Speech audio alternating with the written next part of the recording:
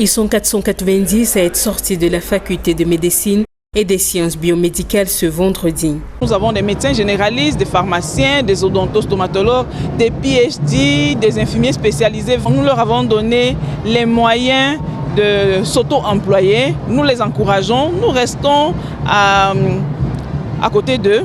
Une sortie qui ouvre un nouveau chapitre, celui de la quête de l'emploi, résultant de la décision du gouvernement de mettre un terme en 2020 aux intégrations directes. Selon les données d'une enquête menée par l'Ordre national des médecins du Cameroun, à leur sortie, les médecins non intégrés empruntent des chemins divers, dont celui de l'expatriation. L'Ordre national des médecins a d'abord fait une première enquête pour avoir une idée de la survie à 5 ans post-thèse des médecins. On avait quand même un bon nombre qui étaient en train de faire de la médecine, surtout dans le secteur privé, un certain nombre qui sont en cours de spécialisation, un certain nombre ont pour idée de s'expatrier. Pour cet ordre, le chômage croissant des médecins est au-delà de la non-intégration due à la politique encadrant l'installation en clientèle privée. Il faut déjà réduire le temps requis pour pouvoir s'installer en clientèle privée.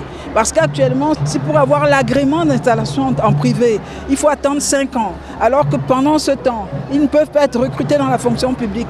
Il faut donc faciliter l'installation en privé. En 2023, le syndicat des médecins du Cameroun estimait que plus de 2000 médecins ont été diplômés depuis 2020. La majorité de ces derniers étant au chômage, alors que selon les données du ministère de la Santé publique, un gap de 3000 médecins généralistes et de 3000 spécialistes est observé au Cameroun.